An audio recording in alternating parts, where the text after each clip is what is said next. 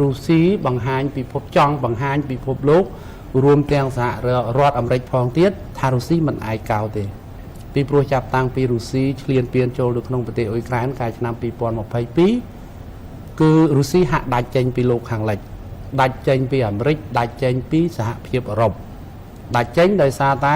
ទាំងការទូតទាំងពាណិជ្ជកម្មទាំងទំនាក់ទំនងនយោបាយ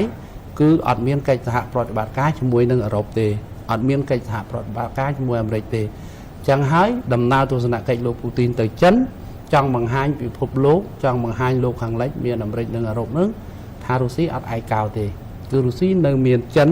រុស្ស៊ីនៅមានប្រទេសជាងពាក់កណ្ដាលនៅលើពិភពលោកដែលមានចំណងមិត្តភាពជាមួយនឹងរុស្ស៊ីដែរអ្នកតាមដានគេមានបានលើកឡើងយ៉ាងម៉េចទេព្រោះដោយលោកស្រីបានលើកឡើងវាមិនមែនជារឿងចៃដន្យហើយក៏មិនមែនថា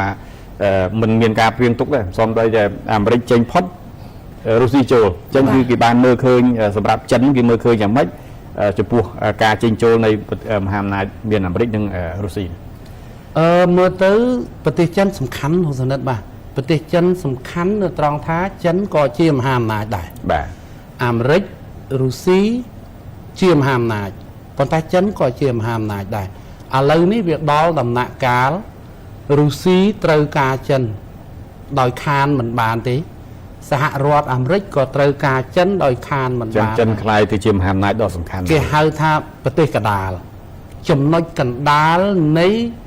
ការប្រកួតប្រជែងភូមិសាស្ត្រនយោបាយរបស់គូបដិបកទាំងពីរគឺអាមេរិកនិងរុស្ស៊ីនឹងឯងពីព្រោះចិនបានថាចំណុចកណ្ដាលចិនអ្នកមានដែរហើយទំនើបកម្មយោធាក៏ខ្លាំងដែរចិននៅពេលបច្ចុប្បន្នហ្នឹងហើយរុស្ស៊ីក្នុងសង្គ្រាមនៅអ៊ុយក្រែននេះត្រូវហ៊ុំព័ទ្ធសេដ្ឋកិច្ចត្រូវដាក់ទណ្ឌកម្មអឺរ៉ុបដាក់ទណ្ឌកម្មរុស្ស៊ី20កញ្ចប់មានន័យថាគ្រប់យ៉ាងទាំងអស់អត់ពឹងផ្អែកលើរុស្ស៊ីទេ20កញ្ចប់អញ្ចឹងមានចិនហ្នឹងហើយដូចជាប្រេងដែលបង្ហូរដោយបំពង់បង្ហូរពីរុស្ស៊ីឆ្លងកាត់អ៊ុយក្រែនទៅប្រទេស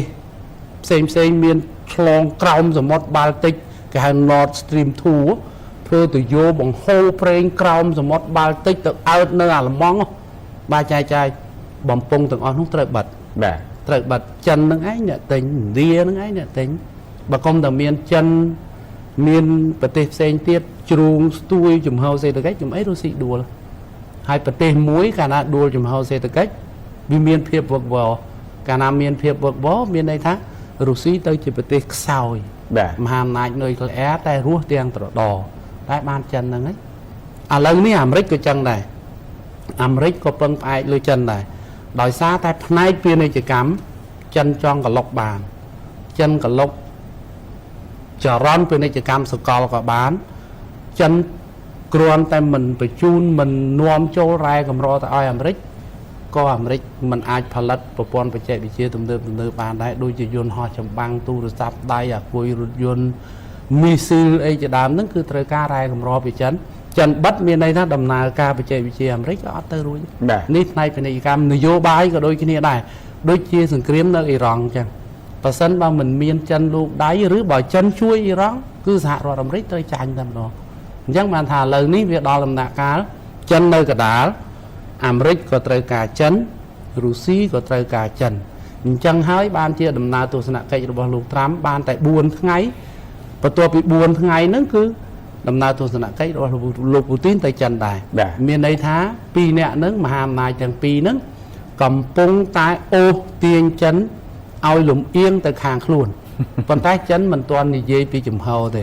ហើយពិភពលោកក៏តាមដានថាតើចិនគិតមិនចាចិនគិតមិនលោកស្រីមុននេះលោកបានបញ្ជាក់តកតងចំណុចសំខាន់ដែលរុស្ស៊ីចាគឺលោកពូទីនដែលជាប្រធានាធិបតីរបស់រុស្ស៊ីទៅកាន់ប្រទេសចិនគឺគោលដៅនៅក្នុងការពង្រឹងយោធាចិត្តក្រៅតែពីពង្រឹងយោធាមានអ្វីដែលជាគោលបំណងសំខាន់បន្ថែមទៀតដែរទេចាបំណងសំខាន់ទៀតនោះគឺខាងសេដ្ឋកិច្ចហ្នឹងហើយខាងសេដ្ឋកិច្ចព្រោះរុស្ស៊ីថែរក្សានិរន្តរភាពសេដ្ឋកិច្ចរបស់ខ្លួនបាននៅពេលនេះគឺដោយសារតែចិនហ្នឹងឯងបាទចិនហ្នឹងឯងអញ្ចឹងសេដ្ឋកិច្ចសំខាន់ណាស់ទំនាក់ទំនងសេដ្ឋកិច្ចគ្រាន់តែមួយឆ្នាំចិនទិញប្រេងពីរុស្ស៊ីក្នុងតម្លៃទឹកប្រាក់367,000 លាន 367,000 លានដុល្លារ ពីរុស្ស៊ី ពីរុស្ស៊ីក្នុងឆ្នាំ2025កន្លងទៅ បាទ ហើយឆ្នាំ2026នេះអាចនឹងកើនឡើងដល់ 20% ទៀតអញ្ចឹងលុយអាចឡើងដល់ 400,000 លាន បាទ នេះគិតតែពីប្រេងទេនេះជាចំណុចសំខាន់ហើយម្យ៉ាងទៀតផលិតផលប្រើប្រាស់សម្ភារៈប្រើប្រាស់នៅលើទីផ្សាររបស់ប្រទេសរុស្ស៊ីនៅពេលបច្ចុប្បន្នសូម្បីតែរថយន្តក៏ដោយក៏ចិននាំចូលច្រើនដែរពីព្រោះប្រទេសមួយត្រូវមានផលិតផលគ្រប់យ៉ាងសម្រាប់មនុស្សប្រើប្រាស់ប្រចាំ នៅរុស្ស៊ីគឺសម្ភារៈប្រើប្រាស់បូកទាំងរថយន្តផងជាផលិតផលរបស់ចិន របស់ប្រទេសចិនហើយភាគច្រើន បាទ ពីព្រោះក្រុមហ៊ុនមួយចំនួនដោយក្រុមហ៊ុនរថយន្តក្រុមហ៊ុនសូម្បីតែកូកាកូឡាជាដើមហ្នឹងក៏ដកខ្លួនចេញពីរុស្ស៊ីដែរដល់កាលនោះក្រុមហ៊ុនរបស់លោកខាងលិចមួយចំនួនគេយល់ថាការឈ្លានពានរបស់រុស្ស៊ីចូលក្នុងប្រទេសអ៊ុយក្រែនវាជារឿងខុសច្បាប់អន្តរជាតិអញ្ចឹងគេដកចេញគេលែងរុស្ស៊ីជាមួយអញ្ចឹងហើយទាំងអស់នេះគឺចិនអ្នកបំពេញហ្នឹងហើយ តាមមើលទៅគឺចិនដូចជាញញើសំទោសបាទគឺសារអាមេរិកដូចជាញញើចំពោះចិនជាងរុស្ស៊ីលោកស្រី បាទញញើចិនជាងរុស្ស៊ីដោយសារតែចិនមានគោលនយោបាយច្បាស់លាស់ជាក់លាក់ដូច្នេះហើយបានជាដូចជាការឆ្លើយតបចឹងប្រតិកម្មការឆ្លើយតបទៅលើសហរដ្ឋអាមេរិកពាក់ព័ន្ធបញ្ហាកោះតៃវ៉ាន់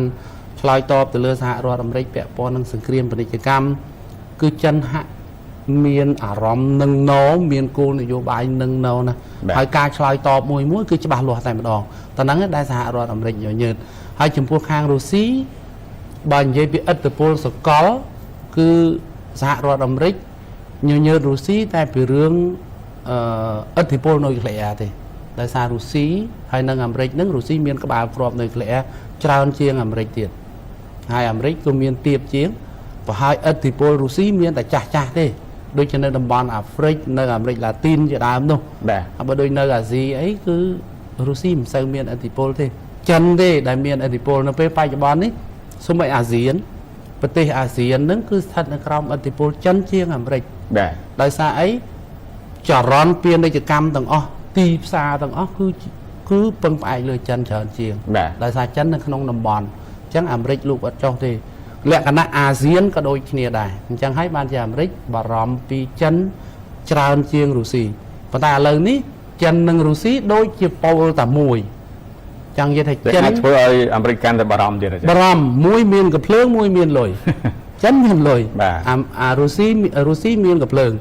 អញ្ចឹងហើយពីរបូកបញ្ចូលគ្នាទំហំធំជាងអាមេរិកទៀត បាទ តែហ្នឹងបានអាមេរិកបារម្ភ អាមេរិកបារម្ភជាងគេចុះកន្លងសពថ្ងៃនេះផលិតផលរបស់ចិនមាននៅសហរដ្ឋអាមេរិកទេហើយចិនមានទិញដូចជាធម្មពលអីក្តីពី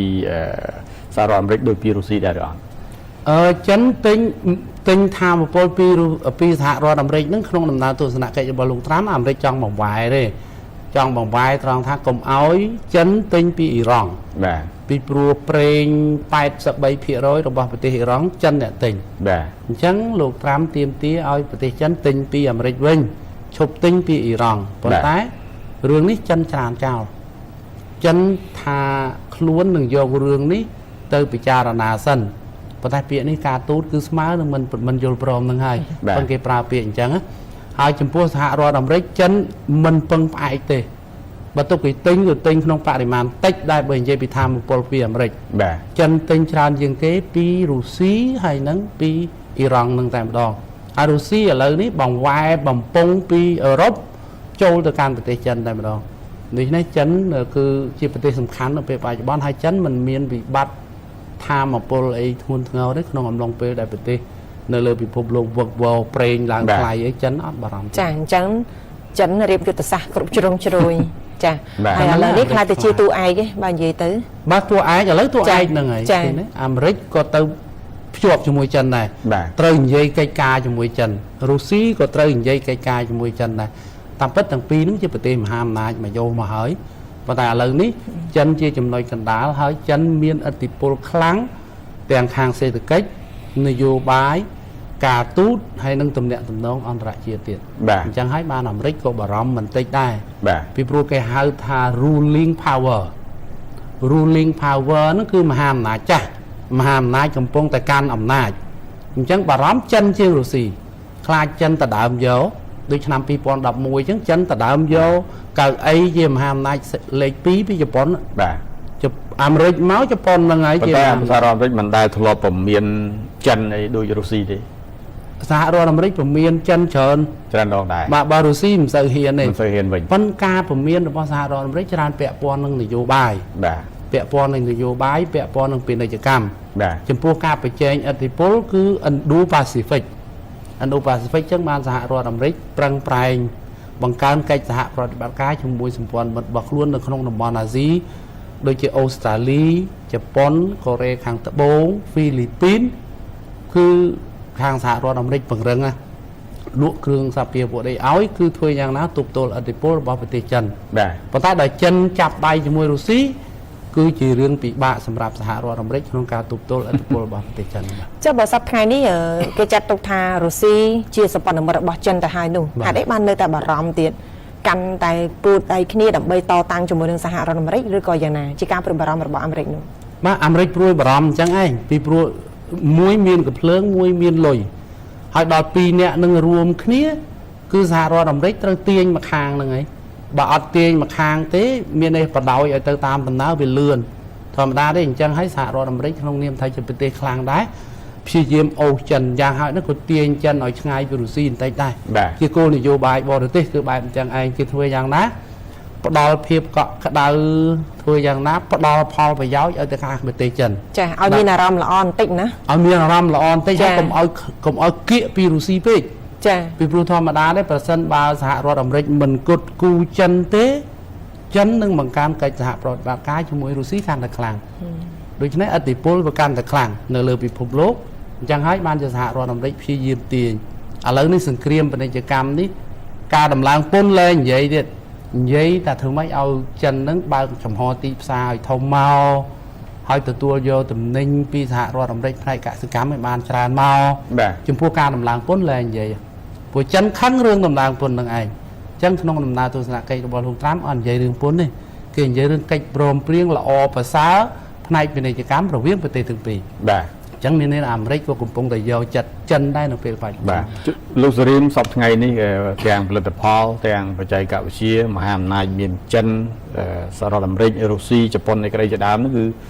ផលិតផលប្រទេសណាបើយើងនិយាយ3ចុះរុស្ស៊ីចិនហើយនិងសហរដ្ឋអាមេរិកការផលិតផលនៅលើពិភពលោកលើបណ្ដាប្រទេសទាំងអស់ទាំងផលិតផលទាំងបច្ចេកវិទ្យាប្រទេសណាដែលមានច្រើនជាងគេ បើនិយាយពីផលិតកម្មចិនលេខ1នៅលើពិភពលោកចិនជាប្រទេសផលិតទីផ្សារសហរដ្ឋអាមេរិកនឹងពឹងផ្អែកលើចិនលើ 60% បើសិនបើមិនមានតំណែងចិននាំចូលសហរដ្ឋអាមេរិកក៏ពិបាក ដែរ ព្រោះអាមេរិកជាប្រទេសអ្នកមានគេលែងផលិតដែរគេចាំប្រើរបស់ស្រាប់ បាទ ចា បាទចាំប្រើរបស់ស្រាប់អញ្ចឹងពឹងផ្អែកលើចិនហ្នឹងហើយតំណែងលើចិននៅលើពិភពលោកនឹងគ្រប់គ្រងស្ទើរពាក់កណ្ដាលគ្រប់យ៉ាងទាំងអស់សុទ្ធតែជារបស់ចិន ចិនរីកលឿន បាទដោយសារចិនប្រទេសផលិត បាទ ប្រទេសផលិតគ្រាន់តែទិញអេតចាយហ្នឹងក៏ចិនធ្វើអ្នកមានបានដែរ បាទរឿងហ្នឹងហើយបច្ចេកវិទ្យាចិនដែរ បាទ ចិនលេខ1ព្រោះប្រព័ន្ធបច្ចេកវិទ្យា 1G 2G first and second generation technology នោះគឺអាមេរិក បាទ ដល់ 3G 4G ជប៉ុនឥឡូវហ្នឹងចិនគេ drive fifth generation technology គឺប្រព័ន្ធបច្ចេកវិទ្យាចំនួនទី5គេហៅ 5G លើសគេ លើសគេលេខ1នៅលើពិភពលោក បាទ ដែលមានប្រព័ន្ធបច្ចេកវិទ្យាខ្លាំងជាងគេប៉ុន្តែមិនមែនខាង AI ទេណា បាទ មិនមែនខាង AI ទេអានេះខាងប្រព័ន្ធបច្ចេកវិទ្យាតាមទូរស័ព្ទប្រព័ន្ធអ៊ីនធឺណិតនេះ បាទ គឺចិនខ្លាំងជាងគេប៉ុន្តែប្រព័ន្ធបច្ចេកវិទ្យា AI ទំនើបកម្មគឺអាមេរិកនេះវិញតែគ្រាន់តែតាមប្រព័ន្ធបច្ចេកវិទ្យាចំនួនទី5គឺចិននៅពេលបច្ចុប្បន្នហ្នឹង បាទ បាទដូច្នេះចិននៅពេលបច្ចុប្បន្នហ្នឹងគឺមហាអំណាចខាងបើនិយាយពីផលិតកម្មគឺចិនលេខ1ហើយមហាអំណាចខាងប្រព័ន្ធបច្ចេកវិទ្យាទៀតបាទអញ្ចឹងបានសហរដ្ឋអាមេរិកបារម្ភថាចិនហ្នឹងលបឿននៃកំណើនសេដ្ឋកិច្ចលឿនណាបើមិនទប់ស្កាត់ទេឬបើមិនលួងលោមក្នុងច្រកណាទេគឺពិបាកនិយាយ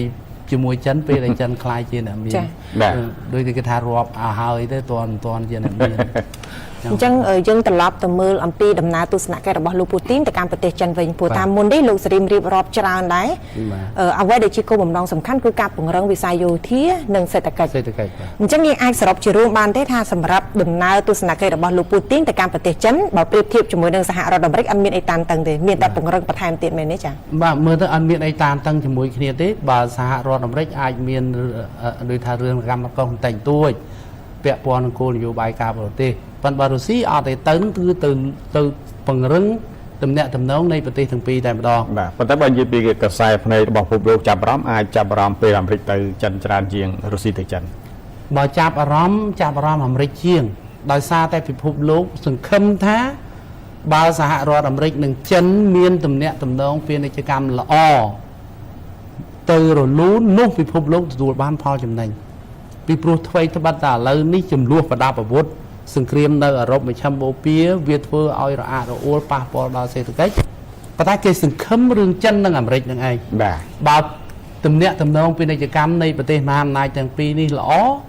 ពិភពលោកទទួលបានផលដែរក្រមវិនិយោគិនអន្តរជាតិសប្បាយចិត្តណាពេលដែលសហរដ្ឋអាមេរិកនិងចិនមេដឹកនាំនៃប្រទេសទាំងពីរជួបគ្នាហើយពិភាក្សាគ្នាប្រព្រឹត្តទៅបានល្អល្អល្អឿននឹងគ្នាហើយមានទំនាក់ទំនងពាណិជ្ជកម្មល្អប៉ុន្តែចំពោះលោកពូទីនដែលធ្វើដំណើរទស្សនកិច្ចទៅចិននេះក៏ជាសញ្ញាមួយប្រាប់ពិភពលោកថាមហាអំណាចនៅលើពិភពលោកទាំង3នេះគឺហាក់ដូចជាយល់ចូលចិត្តគ្នាច្រើនអញ្ចឹងចំនួនប្រដាប់អាវុធអាចត្រូវបានកាត់បន្ថយនៅពេលខាងមុខបើសិនបើមេដឹកនាំនៃប្រទេសទាំង3ហ្នឹងគឺចិនអាមេរិករុស្ស៊ីហ្នឹងនៅតែមានទំនាក់ទំនងល្អដូចនៅពេលបច្ចុប្បន្នហ្នឹងបាទលោក Vladimir Putin ប្រធានាធិបតីរបស់ប្រទេសរុស្ស៊ីទៅកាន់ប្រទេសចិនអាមេរិកចេញពីចិនរុស្ស៊ីទៅម្ដងបាទ4ថ្ងៃលើសចិនទៅទៀតលើសអាមេរិក4ថ្ងៃក្រោយពីអាមេរិកបាទប៉ុន្តែ2ថ្ងៃដូចគ្នាក្នុងដំណើរទស្សនកិច្ចហ្នឹងព្រោះលោកត្រាំធ្វើដំណើរទៅចិនថ្ងៃទី13 14 15បាទហើយដល់ឥឡូវនេះថ្ងៃទី19ទី20លោកពូទីនទៅចិនម្ដងបាទអញ្ចឹងមានន័យថាទៅថ្ងៃនេះបាទទៅថ្ងៃនេះលោកពូទីនធ្វើដំណើរទស្សនកិច្ច2ថ្ងៃគឺថ្ងៃនេះនិងថ្ងៃស្អែកបាទនៅទៅកាន់ប្រទេសចិនប៉ុន្តែគាត់រឿងនេះមិនមែនជារឿងចៃដន្យទេបាទមានន័យថាដំណើរទស្សនកិច្ចលោកពូទីនទៅកាន់ប្រទេសចិនមិនមែនជារឿងចៃដន្យគឺជាគម្រោងរៀបចំបាទនៃទំនាក់ទំនងរវាងរុស្ស៊ីនិងចិនបាទដូចដែលសហរដ្ឋអាមេរិកធ្វើដំណើរមេដឹកនាំសហរដ្ឋអាមេរិកធ្វើដំណើរទស្សនកិច្ចទៅកាន់ប្រទេសចិនចឹងដែរប៉ុន្តែគ្រាន់តែរឿងថ្មីត្បិតតែរៀបចំមែនប៉ុន្តែរឿងដូចជាចៃដន្យចឹងដោយសារបន្ទាប់ពីលោកត្រាំប្រធានាធិបតីអាមេរិកចាក់ចេញពីចិនបាន4ថ្ងៃលោកពូទីនប្រធានាធិបតីរុស្ស៊ីក៏ធ្វើដំណើរទស្សនកិច្ចទៅកាន់ចិនដែរ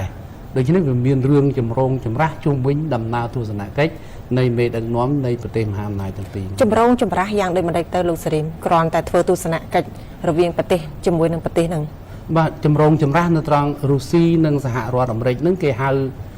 ហៅថាគូបដិបកច្រើនទសវត្សរ៍ក្រោយពីឆ្នាំ1945សង្គ្រាមលោកលើកទី2បានបញ្ចប់អតីតសហភាពសូវៀតគឺរុស្ស៊ីនៅពេលបច្ចុប្បន្ននេះប្រកួតប្រជែងដណ្ដើមទីតាំងភូមិសាស្ត្រនយោបាយនៅលើពិភពលោកទីតាំងភូមិសាស្ត្រនយោបាយយ៉ាងនិយាយទៅខាងសូវៀតព្យាយាមប្រមូលប្រទេសនៅលើពិភពលោកនឹងឲ្យមកឈរខាងសូវៀតអាមេរិកព្យាយាមប្រមូលប្រទេសនៅលើពិភពលោកនឹងភាគច្រើនតាមដែលអាចធ្វើទៅបានមកឈរខាងអាមេរិករហូតដល់ប្រទេសទាំងពីរហ្នឹងគេហៅគូបដិបកទាំងពីរហ្នឹងបំផុសឲ្យមានជាសង្គ្រាមត្រជាក់គេហៅ Cold War នោះសង្គ្រាមត្រជាក់ហ្នឹងដូចជាប្រទេសផ្សេងរងគ្រោះដូចនៅអាស៊ាននេះដូចវៀតណាមអីគឺនេះស្ទើរតែបែកជាពីរដោយសារមកខាងសូវៀតមកខាងអាមេរិកហ្នឹងបាទកូរ៉េបែកគ្នាដល់សប្តាហ៍ថ្ងៃនេះអត់ជានានឹងគ្នាវិញទេដោយសារសង្គ្រាមត្រជាក់ហ្នឹងឯងអាមេរិកខាងត្បូងរុស្ស៊ីសូវៀតខាងជើងអញ្ចឹងឥឡូវនេះកូរ៉េខាងជើងកូរ៉េខាងត្បូងតាមពិតកាលមុនមានកូរ៉េខាងជើងខាងត្បូងមកពីណាកាលមុនកូរ៉េតែមួយតើគេហៅ Korean Continent គឺឧបទ្វីបកូរ៉េ